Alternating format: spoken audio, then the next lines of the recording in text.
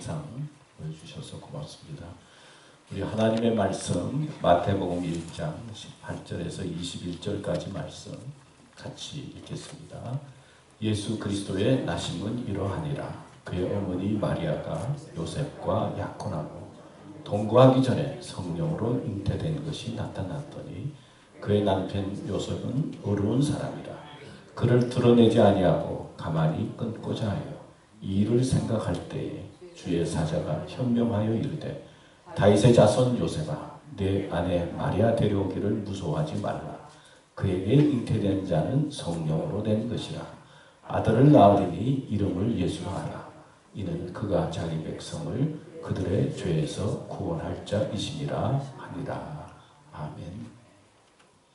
오늘 이 말씀을 중심으로 해서 예수 그리스도의 나심은 시작이 그렇죠. 그래서 예수 그리스도의 나심은 그렇게 제목을 잡았고요. 세 가지로 생각을 해보았습니다. 여러 가지로 많이 생각할 수 있지만 제가 말씀을 보면서 첫째는 신비다. 예수 그리스도의 나심은 성령으로 된 것이다 라고 하는 말씀은 쉽게 표현하면 우리가 참 이해하기 어려운 신비의 모습을 가지고 있죠. 두 번째는 배려다. 요셉이 드러내지 아니하고 가만히 끊고자 하여 하는 말씀이 나오죠. 요셉은 예수님의 아버지죠. 근데 하나님의 그 어떤 뜻을 요셉을 통해서 우리들에게 보여주는 것 같아요. 그래서 드러내지 아니하고 가만히 끊고자 하는 그 배려의 마음속에 오셨다. 세 번째는 용기다. 성경에 보면 무서워하지 말라 하는 말씀이 나와요. 제가 어느 글을 보니까 해밍웨이 소설 가운데 간단한 단편 소설 이야기가 기록된 것을 보았습니다. 그 스웨덴의 스페인에 아주 엄격한 아버지가 있었는데 그 아버지가 엄격하니까 그 아들이 하는 일이 참 마음에 들지 않아서 사사건건 아들하고 다투게 되고 갈등하게 됩니다. 그 아버지가 아들을 보니까 아버지가 원래 엄격하고 열심히 살았으니까 아들을 보니까 열심도 없는 것 같고 그리고 또 책임감도 없는 것 같고 가만히 생각해 보니까 사람 구실도 제대로 못할 것 같고 한번 미워지면 보는 것마다 다 밉잖아요. 보는 것마다 미운 거예요. 그래서 사사건건 갈등을 해요. 아들도 아버지하고 갈등하고 싶지는 않지만은 계속 그러다가 어느 날 집을 나가버리고 맙니다. 가출을 해요. 그러니까 아버지는 아들을 보내고 난 다음에 처음에는 분한 마음이 있었지만은 가출해서 몇 년이 지나니까 참 아들이 보고 싶기도 하고 공허하기도 하고 어떻게 지내냐 궁금하기도 하고 아들은 나름대로 나가서 그냥 제 마음대로 살지만은 그래도 아버지하고 사이가 그러니까 마음이 그렇잖아요. 마음이 안타깝죠. 몇 년이 지난 어느 날 아버지가 그래 다 용서하자. 과거 그럴 게 뭐 있나. 아들 용서해야 되겠다. 그렇게 마음을 먹고 신문에 냅니다. 바코야 화요일 날 정오에 우리 몬테나 호텔에서 만나자. 모든 것 다 용서했다. 그리고는 이제 화요일 날 12시에 그 몬테나 호텔 앞에 갑니다. 그런데 800명이나 되는 그 애들이 모여 있는 거예요. 아마 파코라고 하는 이름이 우리 김씨하고 비슷했던 모양이었어요. 저도 이름을 찾아보면요, 제 이름하고 같은 사람이 많아요. 하여튼 그렇게 하여튼 집에 갈등하고 떠난 애들이 가출한 애들이 많았다는 어떤 상징적인 의미겠지요. 그래서 그렇게 많은 애들이 모였다는 거예요. 근데 아버지 입장에서 생각해 보면 옛날에 마음에 안 들고 그리고 도저히 참 살 수 없을 것 같고 소망이 없는 것 같은 그런 모든 것들을 아버지는 그냥 다 정리한 거잖아요. 그 이제 만나서 옛날에 이랬냐 따질 게 뭐가 있어요. 그냥 다 마음에 지워버리고는 그래 그냥 너가 돌아만 오면 괜찮다. 돌아오라 하는 마음이에요. 또 아들의 입장에서 가만히 생각해 보면요. 아들이 신문을 봤는데 아이고 아버지 웃기는 소리 하네 뭘 오라 그래. 안 믿으면, 믿지 않으면 나타나겠느냐고. 그런데 그 아버지의 말, 모든 것 다 용서했다. 그 말을 마음에 믿고, 그리고 그 호텔 앞으로 와요. 그러면 믿으면은, 그 아버지의 말을 믿으면은 어떻게 되는 거예요? 호텔 앞에 와서 아버지를 만나서 관계가 회복되는 거예요. 그리고 관계가 회복되는 그 과정 속에는 옛날에 뭐 이렇고 저렇고 뭐 소망이 있고 또 그랬다 그런 거 다 잊어버리는 거거든요. 그렇게 해서 만나는 거잖아요. 이 복음의 중심이라고 하는 게 그래요. 하나님께서 이 성경 말씀을 통해서 야, 너 사는 거 보니까 다 시원찮다. 그게 아니고 예수 그리스도를 통해서 보내주셔서 야, 다 그저 잊었다. 용서한다. 하나님께서 말씀의 중심이 그거거든요. 용서한다. 죄 용서한다. 예수님 오셔서 십자가에 달려 죽으신 사건이 그 사건이에요. 부활한 사건이 바로 우리들에게 소망을 주는 사건이죠. 근데 용서한다 그러면은 그 용서한다는 말씀을 믿고 우리는 그 말씀을 받아들이고 나타나면 되는데 이건 내가 살아온 거 보니까 내가 이 용서 받겠나 이렇게 해서 이래가지고는 어떻게 용서받고 이렇게 살 수가 있나? 하나님 앞에 설 수가 있냐? 그러고는 그냥 그 용서를 안 받아들이면 어떻게 되는 거예요? 관계가 회복이 안 되는 거예요. 근데 복음이라고 하는 것이 뭐냐? 잘했다 못했다 그게 아니고 먼저 출발은 받아들이느냐 믿느냐 하는 데서 출발이 되는 거예요. 예수 그리스도가 오셨다라고 하는 이 사건 속에는 이런 믿음의 사건이 있어요. 하나님께서 보내신 이 아들 하나님께서 보내신 이 아들을 통한 이 말씀을 우리가 그냥 믿음으로 받아들이느냐? 그러면 복음이요, 기쁨이요, 축복인 거예요. 누가복음 15장에 보면 두 아들의 비유가 나오죠. 둘째 아들이 어떻게 합니까? 잘 알잖아요.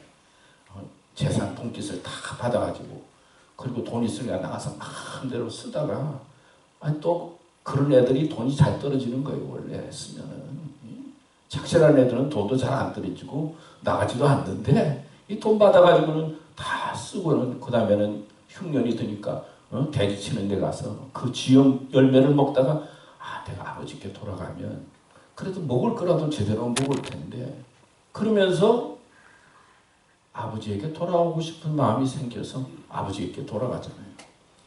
아들의 마음 같아서는 큰 소리 떵떵 치고 나왔으니까 아버지가 나와서 기다리겠느냐고요. 근데 성경에 보면 아버지가 나와서 기다립니다. 그리고는 아들을 반갑게 맞이하죠. 그러니까 아들은 미안해서 아버지 저는 아들의 자격이 없습니다. 품꾼의 하나로 그냥 써주십시오. 받아주십시오. 그러는데 아버지는 그게 아니고 그 둘째 아들을 데려와서 송아지 잡고 잔치를 베푸는 거예요. 큰 형님한테 눈치가 보이지만은 그래도 아버지가 너무나 사랑해서 좋아해서 잔치 베푸니까 좀 뻔뻔스럽지만은 가서 아버지의 잔치에 참여하는 거예요. 생각해보면 뭐 아버지 앞에 나갈 만한 자격이 있어요? 받을 거 다 받고 지 마음대로 살았는데 품꾼보다 못한데 아버지는 아들로 받아들여가지고 잔치를 베푸는 거예요. 그러면은 아들은 좀 미안하지만 뻔뻔하지만 그래도 아버지가 그렇게 좋아하니까 가서 잔치에 참여하는 그게 복음의 중요한 이슈 중에 하나예요. 우리 예수 믿는 사람들이 좀 뻔뻔할 때가 많아요. 가만히 생각해보면 매주일마다 교회 나와서 주님 잘못했습니다. 그리고 그 다음 주에 되면 또 같은 거 가지고 또 잘못해요. 그걸 몇십 년 동안 한다고요. 사실은 몇십 년 동안 하고 있어요. 그런데 또 잘못했습니다. 그러고 나도 좀 변해야 되는데 변하지도 않아. 옛날 그대로 그냥 사는 거예요. 그래서 그리스도인들이 어떻게 생각하면 좀 뻔뻔해지는 것 같아. 근데 중요한 게 뭐냐면 뻔뻔하지만은 내가 죄인이다는 것을 알지만은 하나님께서 내 자녀다 오라 그러면은 그 말씀을 믿고 가는 거예요. 그 믿음으로 받아들이는 거예요. 따지면은 하나님 앞에 설 자가 어디 있어요? 하나님께서 나를 사랑하셨다. 아니 뭐 어떻게 사랑할 수가 있냐? 내가 나를 봐도 좀 시원찮은데 또 뭐 우리 집사람 봐도 또 뭐 또 자녀 봐도 그렇고 다 봐도 다 사람 사는 게 그렇잖아요. 그런데 하나님께서 내 자녀다. 거룩한 백성이다. 대제사장이다. 말씀하시고 어릴 때 우리는 내가 도저히 부족해서 못 가겠습니다. 그리고 내가 이렇게 살아가지고 어떻게 갑니까? 그리고는 안 가면은 그거는 하나님께서 위대한 하나님께서 부르시는 그 부름에 거부하는 거예요. 이게 믿음이 없는 거예요. 내가 부족하지만 하나님께서 부르셨구나. 그래가지고 좀 뻔뻔하지만 가는 거예요. 잔치에 참여하는 거예요. 그게 천국이요. 그래서 우리가 천국에 가는 거예요. 내가 잘나서 가는 게 아니고 하나님께서 오라라고 하는 말씀에 응답해서 가는 거예요. 그게 믿음이요. 그게 복음이요. 어떻게 생각하면 예수님께서 이 세상에 오신 목적 중에 하나인 거예요. 그리고 수요일날 요한계시록 말씀을 이제 읽고 마쳤는데 마지막에 보면은 주여 속히 오셔서 마라나타 뭐 그런 말씀. 그러니까 김희근 목사님이 주님이 빨리 오시면 내가 좀 곤란한데 뭐 그렇지 좀 천천히 오셔야 되는데 그런 말씀도 하셨어요. 우리가 믿긴 믿지만 오시면 어떻게 될지 어떻게 알아요 또. 그러니까 또 우리 한 집사님은 거기에 보면 유황불에 또 들어간다는 말이 있는데 그 중에 뭐 어떤 사람들은 들어가는데 거짓말하는 자는 또 유황불에 들어간다고 돼 있어요. 그 거짓말 안 하는 사람이 어디 있어요? 살다 보면 자신도 모르게 거짓말하게 되고 살다 보면 실수하게 되고 그렇게 되잖아요. 근데 거짓말하는 자를 유황불로 보낸다 그러니까 우리가 다 마음에 좀 미안한데 이거 어떡하나. 우리가 우리 자신을 생각하면 갈 수 없는 거예요. 어떻게 천국 잔치에 참여할 수가 있어요? 둘째 아들처럼 살고 있는데 좀 그렇지만 하나님께서 오라고 하실 때 예, 용서한다. 너는 내 자녀다. 그럴 때 우리는 아멘. 그러면서 갑니다. 그게 믿음이에요. 믿음의 핵심인 거예요. 어떻게 생각하면 우리는 살다 보면 자꾸 사람들을 보고 이 사람 저 사람 보면서 안 믿는 사람이 왜 그래 그러지만은 사람이 다 그런 거예요. 왜 그렇게는 왜 다 그런 거예요. 생각해 보면 그저 하나님께서 성경 말씀을 통해서 예수 그리스도를 믿는 자에게 구원이 있고 하나님의 자녀를 인쳐주신다라고 하는 이 사실을 마음으로 그냥 믿습니다. 그래서 죄송하지만 믿습니다. 그래서 회개하는 거예요. 회개하고 믿습니다 하고 가면 하나님께서는 우리의 죄를 사하시고 용서하시고 구원의 길로 인도해 주시고 부활의 자리에 들어가게 해주시는 것입니다. 믿습니까? 그래서 믿음이 중요한 거예요. 그래서 믿어야 된다고 그러는 거예요. 자기를 바라보지 말고 하나님을 바라보고 하나님의 말씀을 내 마음속에 받아들일 때 그래서 감사가 있고 기쁨이 있고 축복이 있는 거예요. 하나님께서 예수 그리스도를 보냈어요. 예수님을 보내셨는데 그 전에 볼까요? 너무 빨리 보내셨는데 예수님은 자기 백성을 그들의 죄에서 구원할 자로 왔다 그랬어요. 예수님은 누구 백성요? 자기 백성, 믿는 자. 자기 백성은 하나님을 믿는 자예요. 남의 백성 구원하러 온 게 아니라는 거예요. 좀 부족하지만 하나님 말씀을 받아들이는 자기 백성을 죄에서 용서하고 사하시고 구원해 주시기 위해서 오셨다. 예수님의 오신 목적은 뭐야? 우리를 용서해 주시고 죄에서 구원하는 자로 오셨고 하나님께서 그렇게 보내셨다는 거예요. 근데 이 말씀을 우리가 받아들이면 하나님의 놀라운 은혜와 축복이 있게 되는 거예요. 그러나 이 말씀을 내가 이렇게 살아가지고 됩니까? 겉으로 보면 좀 양심적인 것 같고 착한 것 같지만은 사실은 그러면 안 돼. 전능하신 하나님께서 용서했다 그러면 받아들여야지. 전능하는 하나님께서 넌 내 백성이다. 내가 너 사랑한다 그러면은 하나님께서 사랑한다는데 아멘하고 받아들이면 그 속에 구원과 영생과 축복이 있고 이게 복음의 중요한 믿음의 핵심인 겁니다. 믿습니까? 예수님께서 오셨는데 첫 번째는 십니다. 그러면 예수 그리스도의 나심은 이러하니라. 그의 어머니 마리아가 요셉과 약혼하고 동거하기 전에 성령으로 잉태된 것이 나타났더니 그 다음에 보면 다시의 자손 요셉한테 아내 마리아 데려오기를 무서워하지 말라. 그에게 잉태된 자는 뭐로 됐다고요? 성령으로 됐다. 이 성령으로 됐다라고 하는 것은 저희들이 보기엔 참 신비해요. 참 어떤 때 과학적으로나 인간적으로 보면 이해가 안 되는 거죠. 어떻게 성령으로 사람이 잉태할 수가 있어요.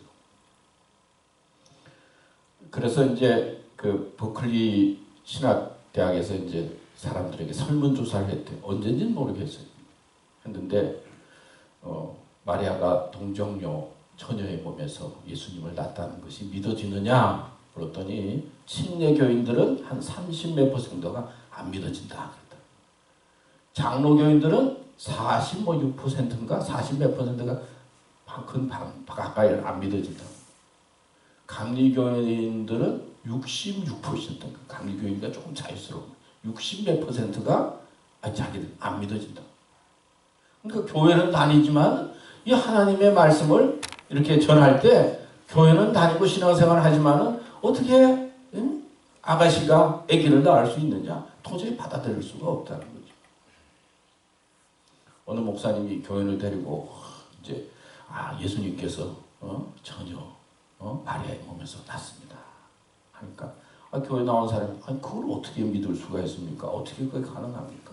암만 이야기해도 안 믿어지는 건 또 어떻게 해요? 그죠? 안 믿어져요. 그러니까 그냥 옆에 있는 한 사람이 말이죠. 아니 지 남편 요셉도 믿는다고 그러는데 왜 너는 안 믿느냐고. 그런 말도 있어요. 그런데 성경은요. 창세기부터 요한계시록까지 다 신비의 말씀이에요. 사실은 신비와 기적을 빼면 아무것도 아니에요. 인간이 몇째 날에 만들어졌죠? 몇째 날? 예, 6째 날. 물으면 또 생각이 잘 안 나요. 6째 날. 그럼 6째 날에 인간이 태어났으니까 첫째 날, 둘째 날, 셋째 날, 넷째 날, 다섯째 날에 무슨 일이 있었는지 없었는지 알아요? 몰라요? 알아요? 모르죠. 어떻게 알아요? 6째 날에 태어났 하나님의 형상으로 지었으니. 그러니까 성경 태초의 시작 하나님이 말씀으로 우주 만물을 지었다는 건 이 시작 자체가 신비요. 사실은 간단히 기록했지만은 얼마나 많은 신비로 시작됐는지 몰라요. 또 요한계시록 끝에 보면 예수님께서 오시는 게 마지막 때의 모습, 심판의 모습, 모습 이런 것도 다 따져보면 뭐예요? 신비한 거예요. 기적이요. 성령의 역사와 능력에 도움을 통하지 아니하면 이 하나님의 말씀을 온전히 받아들일 수가 없는 거죠. 물 위로 거르고 기적을 일으키고 성경은 신비로 가득 차 있는데 이 성령의 능력을 믿고 성령께서 우리에게 가르쳐 주실 때 예수님이 믿어지고 그리고 죄를 회개하게 되고 하나님께서 주시는 권능의 사람이 되는 것이죠. 요한복음 15장 26절에도 보면 내가 아버지께로부터 너에게 보낼 보혜사 곧 아버지께로부터 나오시는 진리의 성령이 오실 때 그가 나를 예수님을 증언하실 거니라. 이 성령을 통해서 이 신비한 하나님의 역사를 통해서 우리가 예수님을 믿게 되고 믿음의 길을 가게 된다는 거예요. 여러분 믿음도 생각해보면요 신비한 거예요. 다 어떻게 믿게 되었습니까? 물어보면 다 똑같지가 않아요. 믿음의 체험들이 다 달라요.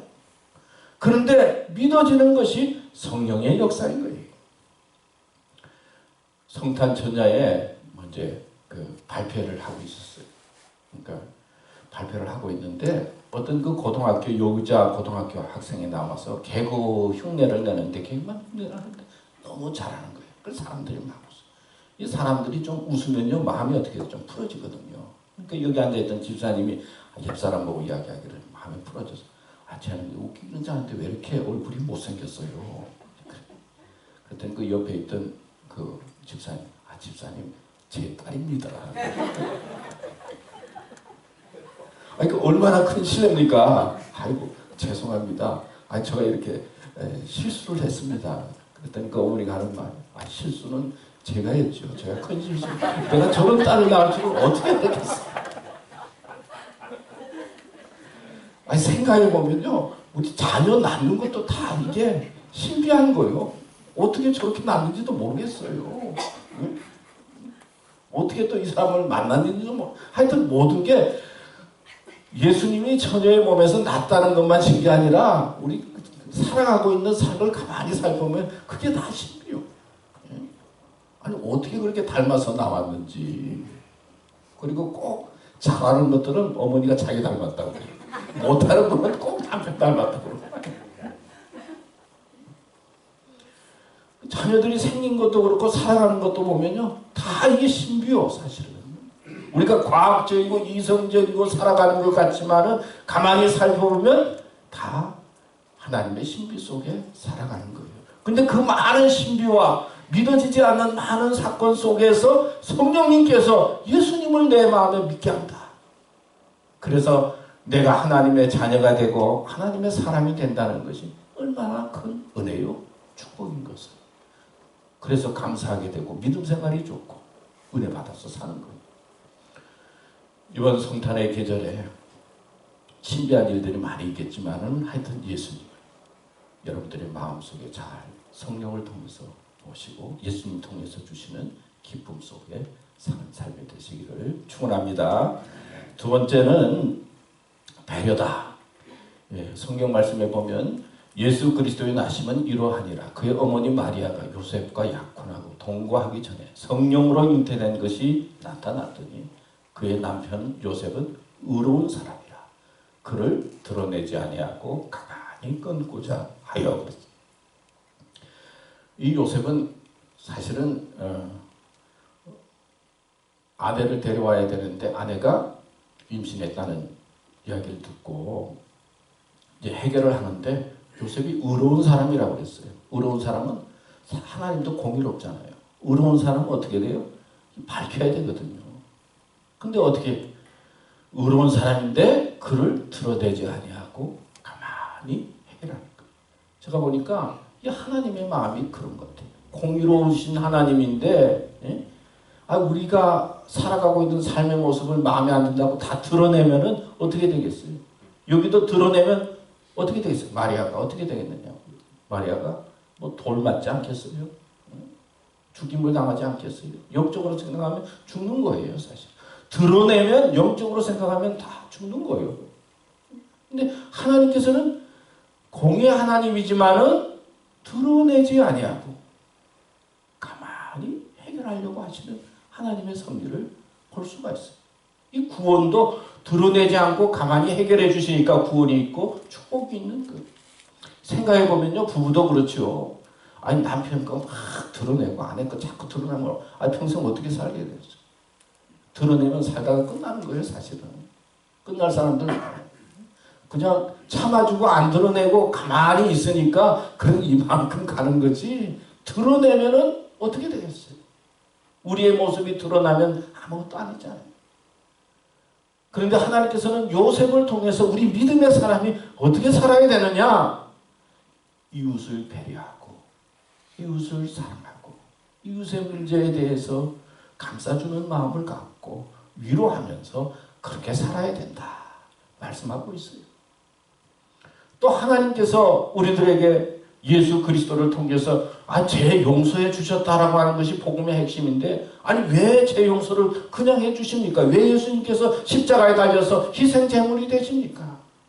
율법을 통해서 암만 해보니까 인간이 율법으로 행동으로는 안 되거든요.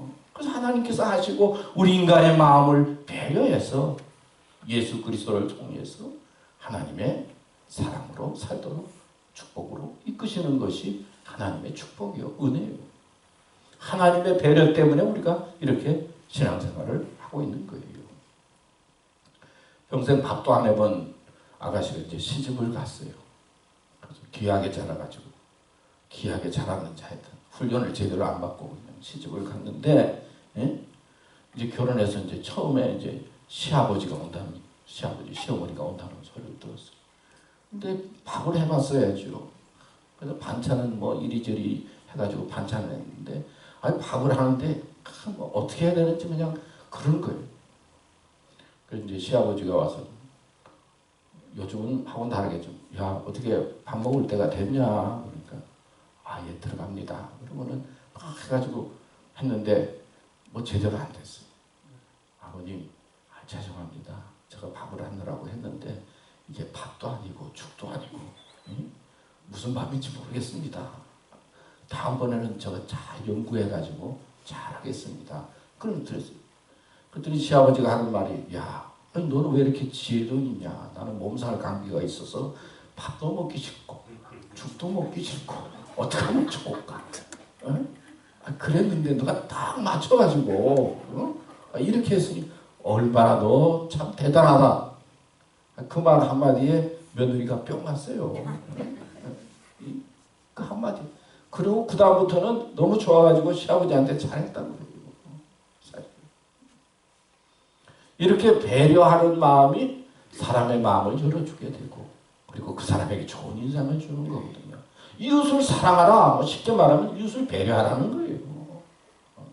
따지기보다는 어려울 때 그 사람의 어려운 처지를 위로하고 돕는 사람이 되라. 또 성경에 보면 성경이나 성탄절 기간이 되면 구제해야 된다, 도와야 된다, 그런 이야기 많이 하잖아요. 사실은 그런 마음은 이웃을 생각해서 배려하는 마음을 가지고 그 사람들을 도우라는 것이죠. 믿음의 사람 창세기 13장 8절에서 9절 말씀에 보면 아브라함 이야기인데, 아브라함이 롯에게 이르되 우리는 한 친족이라. 나나 너나 내 목자나 내 목자나 서로 다투게 하지 말자. 내 앞에 온 땅이 있지 아니하냐. 나를 떠나가라. 내가 좌하면 나는 우하고 내가 우하면 나는 좌리라. 양보했잖아요. 그리고 가는 곳마다 예배를 드리고 제단을 쌓으니까 하나님께서 축복해 주셨잖아요. 아마 우리 같으면 내가 연세가 이렇게 많고 너는 족하니까 내가 먼저 선택해야 된다. 먼저 선택했을 거예요. 그러나 믿음의 사람은 그게 아니라 다른 사람을 향해서 여유 있는 마음을 가지고 배려하고 다른 사람을 돕는 마음을 가져야 된다. 바로 예수님의 나심을 통해서 하나님께서 우리에게 요셉을 통해서 하나님께서 보여주시는 메시지. 우리는 이민생활하고 또 열심히 살다 보니까 마음이 힘들 때가 많이 있어요. 그래서 마음이 막 좋아질 때가 많이 있어요. 그러나 배려의 마음을 가지고 다른 사람들을 배려할 수 있어야 돼요. 갑자기 생각이 나는데 어떤 남편이 이제 외국으로 출장을 가게 됐어요. 그래서 출장을 가면서 이번에는 내가 아내한테 전화도 자주 하고 사랑한다는 말을 해야지. 나이도 들어가는데 이제 좀 잘 보여야지. 그래 출장을 가서 이제 전화해서 나 잘 도착했다. 근데 출장 가서 바쁘다 보니까 전화할 사이도 없고 다시는데 보니까 내일 이제 돌아갈 날이 된 거예요. 아니 전화라도 내가 좀 해가지고 아내 사랑한다고 이야기를 해야 되는데, 그래서 이제 전화한 거예요. 아내를 사랑해야 된다는 그 말을 해야 되는데 그거는 봤더니 집안 별일이 없나? 별일 없. 아들은 애들은 잘 있나? 잘 있고. 화초는 잘 크고 있나? 화초는 잘 크고. 그리고 우리 강아지는 잘 있느냐고. 아니 부인이 가만 듣다 보니까 강아지 챙기고 화초는 챙기는데 자기 하나도 자기 말은 안 하거든요. 그러니까 눈물이 쿨컥 나가지고 전화를 확 끊었다. 그런 이야기가 있어요. 이 사람이 생각은 그런데 잘 나타내지 못할 때가 많이 있어요. 또 우리가 하나님 앞에 서게 될 때 정말 하나님께서 나를 사랑하는가, 어떤 때는 그런 게 잘 안 느껴질 때가 있어요. 자꾸 다른 사람은 사랑하는 것 같은데 나는 좀 미워하는 것 같아. 신앙생활 하다 보면 하나님은 저 사람은 저렇게 축복해 주는데 왜 나는 이렇습니까? 그런 마음을 가질 때가 있어요. 그러나 마음의 문을 활짝 열고 믿음으로 세상을 바라보게 되면 우리에게 다가온 실패와 고난과 어려움도 변해서 믿음으로 살면 그게 복이 되는 거예요. 아픔과 상처와 힘든 것들이 믿음으로 하나님의 말씀대로 살려고 하면 하나님께서 배려의 마음을 가지고 계시니까 야, 너 힘든데 그래도 그렇게 기도하고 그렇게 살려고 그러느냐? 드러내지 아니하고 우리를 복으로 인도해 주시는 분이시에요. 이런 믿음을 가지고 살면 얼마나 감사하고 기뻐요. 이런 믿음으로 배려하는 교우들 되시기를 축원합니다. 마지막으로 용기라고 그랬어요. 마태복음 1장 20절 오늘 본 말씀에 보면 주제 사자가 현명하여 이르되 다윗의 자손 요셉아 내 아내 마리아 데려오기를 무서워하지 말라. 그에게 잉태된 자는 성령으로 된 것이라. 또 누가복음 22장 10절 말씀에도 천사가 이르되 무서워하지 말라. 보라 내가 온 백성에게 미칠 큰 기쁨의 좋은 소식을 너에게 전하노라. 예수님의 탄생 그 시점에 무서워하지 말라는 말씀을 많이 하셨어요. 용기 있게 살아나는 거예요. 우리 여호수아 1장 9절 말씀 다 같이 읽을까요? 시작. 내가 네게 명령한 것이 아니냐. 강하고 담대하라. 두려워하지 말며 놀라지 말라. 내가 어디로 가든지 내 하나님 여호와가 너와 함께하느니라 하시니라. 이사야 41장 10절 말씀도 두려워하지 말라. 내가 너와 함께하리라. 놀라지 말라. 나는 네 하나님이 됨이라. 의로운 오른손으로 너를 붙들리라. 임마누엘이라고 하는 말씀이 있잖아요. 하나님이 뭐예요? 우리와 함께 있어요. 우리와 함께 누군가 있으면 무섭고 두려운 마음이 없어지잖아요. 용기 생기잖아요. 혼자일 때 힘들잖아요. 하나님이 우리와 함께 계시는 분으로 예수님을 보내주셨어요. 용기의 사람이 되라는 거예요. 사실 믿음 생활 하려면 오늘도 용기가 필요해요. 믿음 생활 잘 하려고 하면요, 용기가 필요해요. 학생들은 꼭 교회 가려고 하면 시험 때가 되고 그래요. 또 비즈니스 하는 사람들은 꼭 교회 가려고 그러면 아니 뭐가 생겨가지고 해결할 일이 생기고. 그래서 믿음을 지키고 믿음의 길을 간다는 게 용기가 필요한 거예요. 도전이 필요한 거예요. 모험이 필요한 거예요. 우리가 잘 아는 임마누엘 칸트라고 하는 사람이 있어요. 철학자죠. 아주 순수이죠. 실천이 있어. 근데 이 사람은 너무 생각이 많았어요. 우리 집에도 생각이 많은 사람이 있어요. 우리 아들. 얼마나 생각이 많은지. 근데 이 임마누엘 칸트가 따라다니는 여자가 있었는데 그 따라다니는 여자가 따라다니는데 아무 응답이 없는 거예요. 그러니까 어느 날 작정을 하고 당신 나하고 결혼할 거요 안 할 거요? 빨리 결정을 해야지. 그러니까 임마누엘 칸트가 내가 가서 조금 연구해보고 내가 대답을 해줄게. 그래서 도서관에 가가지고는 책을 펴가지고 결혼이 뭔가, 여자들은 어떤 성격을 가지고 있나 막 연구를 하는 거야. 한참 연구했어요. 이 여자하고 결혼해야 되겠다. 그래가지고는 이제 그 여자의 부모님을 찾아갑니다. 그래서 내가 이제 여자하고 결혼하고 싶습니다. 그랬더니 야 늦었다. 지금 벌써 애가 둘이야. 애가 둘. 똑똑한 사람들이 고민하다가 끝나는 사람들이 많아요. 똑똑하다고 뭐 되는 게 아니라고요. 용기를 가지고 도전을 해야 되는 거지. 그렇잖아요. 생각만 많이 해서 안 되는 거예요. 사실은 믿음은 하나님께서 해주실 줄 믿고 도전하는 거예요. 가는 거예요. 믿는 자에게는 능치 못한 일이 없다. 내가 너와 함께한다. 어떤 때는 우리가 이해가 안 되고 어떤 때는 부족하다 하더라도 하나님 내가 그래 믿음으로 살겠습니다. 하나님 말씀 받겠습니다. 함께 해주세요. 그러면 그 속에 기적이 있고 역사가 있고 능력이 있습니다. 예수님께서 오신 여러 가지 대한 말씀을 많이 해석할 수 있지만 오늘 저는 세 가지로 생각을 했어요.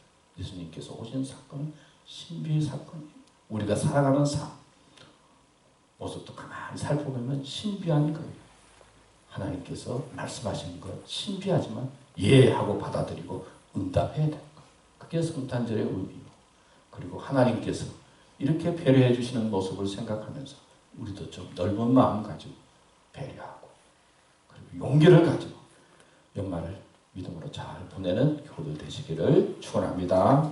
기도하겠습니다. 하나님 감사합니다. 오늘 말씀 주셨습니다. 이 말씀 마음속에 새기고 어떤 때는 잘 받아들이기 어려운 말씀도 있지만 잘 받아들여서 정말 주님의 잔치에 참여하고 또 주님이 기뻐하는 믿음의 사람이 되고 또 하나님께 영광이 되는 생활이 되도록 인도하여 주시옵소서.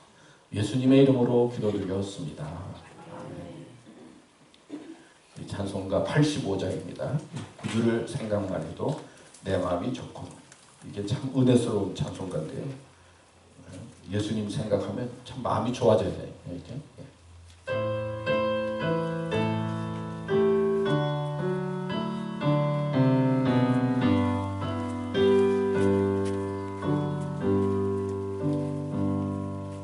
구주를 생각만 해도 이렇게 좋거든. 주 얼굴 배울 때야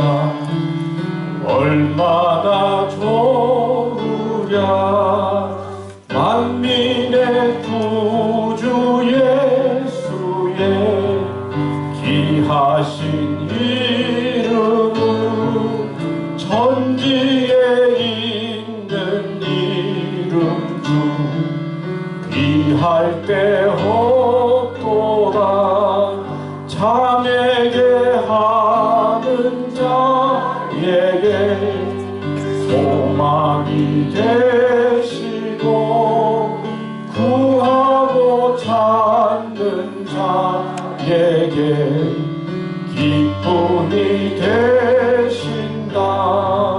예수의 넓은 사랑을 어찌다 말하랴. 주 사랑 받은 사람만 그 사랑 알고다. 사랑의 구주 예수여 내 기쁨 되시고 이제로부터 영원히 영광이 되소서. 아멘. 기도하겠습니다. 구절을 생각만 해도 이렇게 좋거든. 주 얼굴 배울 때야 얼마나 좋으랴. 저희들 세상에 많은 일들이 있지만 주님을 소망하면서 살기 원합니다. 주님, 저희들을 이끌어 주시고 또 마음의 평강도 주시고 또 건강도 주시고 고난과 어려움을 이길 수 있는 힘을 주시옵소서. 이 시간은 특별히 주신 물질 구별해서 하나님 앞에 헌금 드렸습니다. 주님 받아주시고 또 축복해 주시고 헌금이 사용되는 것에 하나님의 놀라운 은혜가 넘치게 하여 주시옵소서. 예수님의 이름으로 기도드렸습니다. 아멘.